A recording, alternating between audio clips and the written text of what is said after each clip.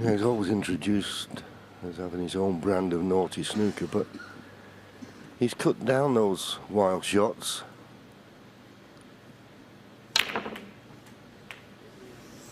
Where's the cue ball gone? Well, Just on 4. just as I was saying, OSullivan he's cut 4. down the wild shots. There was no need really to hit it that hard. So this will tell us what Ronnie's got. It's all about belief now for Ronnie, as we see that cue ball disappear. Does he believe he can win 7 frames on the trot? I think right now he probably doesn't believe he can win this match, but what he will believe is if he can just take one frame at a time, that the pressure will increase on Judd Trump to get over the line.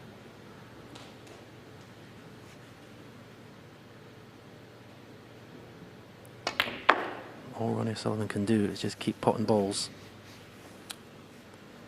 Let the score take care of itself, but 6. I have to say that was very unlucky. Judd Trump there. 7. This match could have been over if that didn't go enough there. Yes, and if Ronnie's going to get back in the match, of course, he's going to need a little bit of help from his opponent.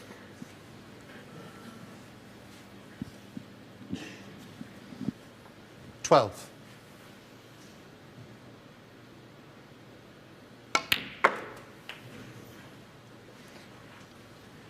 Where's the cue ball going? 13.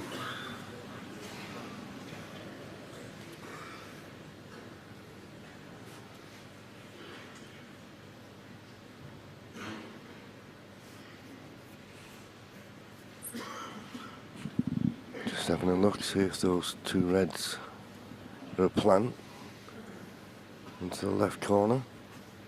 If they are, it'll be handy because you can't do much with the cue ball here.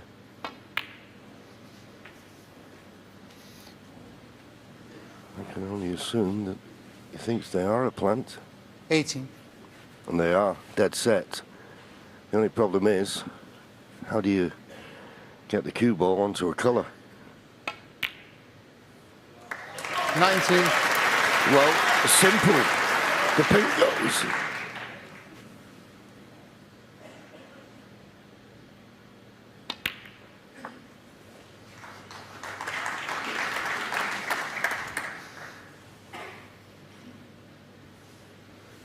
$25. Another 35 points required from this position, so he's going to need 5 of these remaining reds. 26. He's got still 2 more in the open, but it's not straightforward to run to the winning line.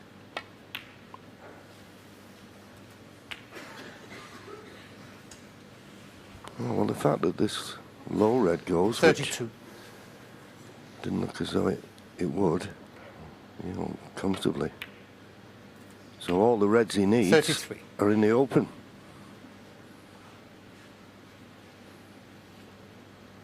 When you played your match against Mike Howett, Stephen, when you were 8-2 behind, was that your approach, just play 1 frame at a time, or did you really believe that you could do it? You do have to take 1 frame at a time. I think, to be frank, it depends on your opponent. And I kind 39. of thought that, you know, if I could put Mike under pressure, the winning line would become more difficult. I think, to be fair, who Ronnie's up against 40. tonight is a little bit different. His form today has been so good that I think Ronnie won't be thinking about winning this match yet.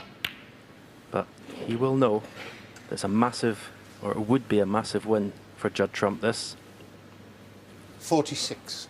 If he can just keep the pressure on. 47.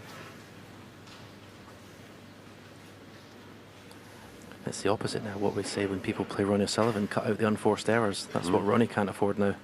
No. He's got to play what we call don't miss snooker.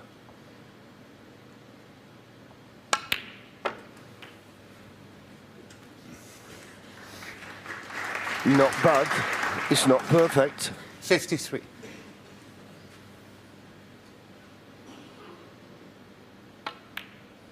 But nicely potted. 54. And after this blue, just looking for one more red to get another frame on the scoreboard.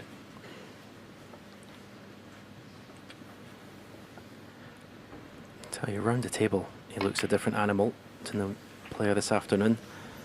That's careless. 59. Does the other red go? 59 points to lead, but there's still 59 remaining. He needs a red.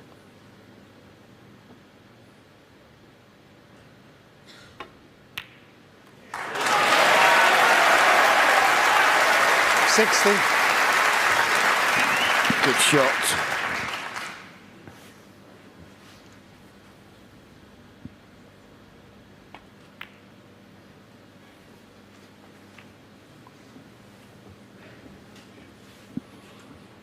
So there you see it. There'll be no way back to the table now for Judd Trump. He wouldn't want to get embroiled in trying to play snookers. He did have a chance. 66. Okay, unlucky to going off.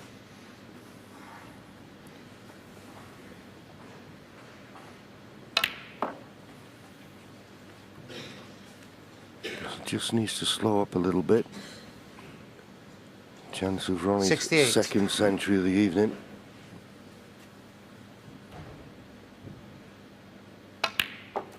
$69.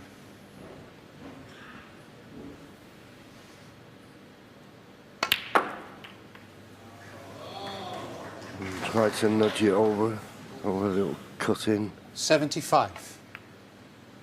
76. Let gravity take over. So at least he's putting on a display for the crowd, which is great to see.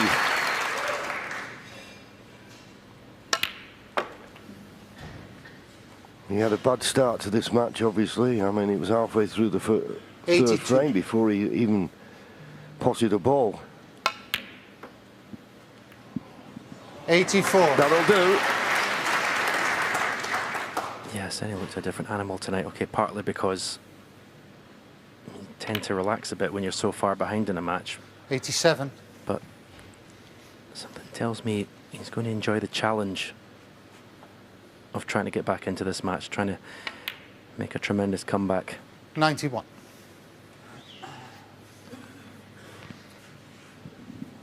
Well, he's broke many records, has Ronnie. 96. Pink for the ton. Well played. Well played. Giving his fans something to cheer about. We didn't have much to cheer about this afternoon.